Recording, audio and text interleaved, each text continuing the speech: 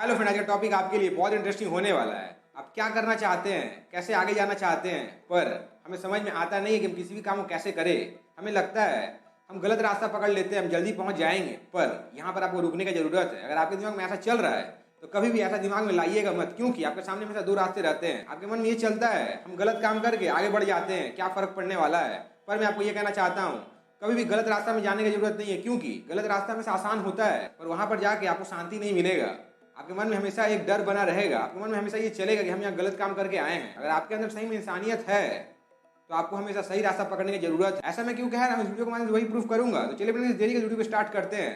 आज का स्टोरी बहुत ही सिंपल होने वाला है। बहुत समय पहले की बात है, एक ऋषि मुनि वैकुंठ धाम पहुंचते हैं विष्णु जी के पास। विष्णु भगवान माँ लक्ष्मी से शेषनाग के ऊपर बैठे हुए हैं, आराम कर रहे हैं। और ऋषि मुनि जाकर कहते हैं भगवान हमें बचाइए वरना हम बचेंगे नहीं। विष्णु भगवान अपना नेत्र खोलते हैं और कहते हैं ऋषिवर क्या प्रॉब्लम है, आप मुझे बताइए। ऋषिवर कहते हैं मैं बहुत ही परेशान हो चुका हूँ, मैं बहुत टेंशन में आ चुका हूँ, अगर आप ऐसा नहीं करिएगा तो मैं बच नहीं पाऊंगा। विष्णु भगवान कहते हैं मेरा काम तुम लोगों को पृथ्वी पर भेजना है और वहां से वापस लेना है, इससे ज्यादा कुछ भी नहीं। मेरा मतलब जन्म और मृत्यु से है, इसीलिए मैं कुछ कर नहीं पाऊंगा। इतना सुनते ही ऋषिवर कहते हैं अगर आप कुछ नहीं कर पाइएगा तो मैं बच नहीं पाऊंगा, कृपा करके मेरा हेल्प करिए वरना मैं कैसे जीऊंगा। विष्णु भगवान मुस्कुराते हैं और कहते हैं तुम्हारे साथ में जो भी हो रहा है, जैसा भी हो रहा है, ये तुम्हारा कर्म के अनुसार तुम्हें बीत रहा है। पहले तुमने बहुत दुष्कर्म किए हैं, एक बार तुम सोच के देखो। थोड़ा सा किसी से गलती हो जाता था तुम मुझे श्राप दे देते थे, उसे तुम परेशान करते थे।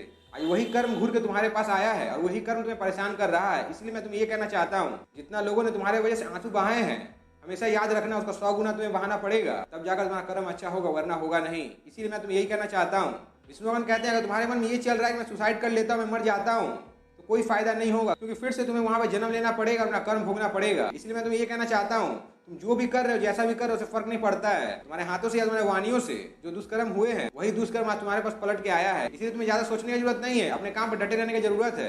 इससे ज्यादा मैं तुम्हें कुछ कहना नहीं चाहता हूँ। मैं तुम्हें बस इतना कहना चाहता हूँ, तुम्हें बस सब्र रखने की जरूरत है। तुम सब कुछ कर सकते हो। ये दुनिया में कोई भी इंसान ऐसा कोई भी काम नहीं है जो कर नहीं पाएगा। बस तुम्हें सहना पड़ेगा, अपने आप को उस प्रकार से बनाना पड़ेगा जिस प्रकार से तुमने औरों पे जुल्म किया था।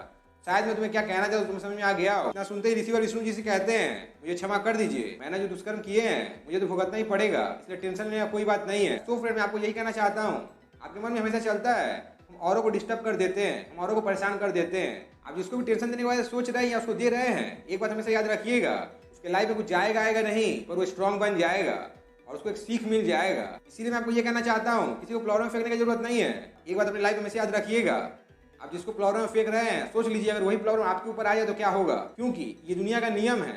आप गलती करें या नहीं करें फर्क नहीं पड़ता है। अगर 5 लोग आपको कह दे कि तुम ही गलत हो तो आप गलत हो जाइएगा।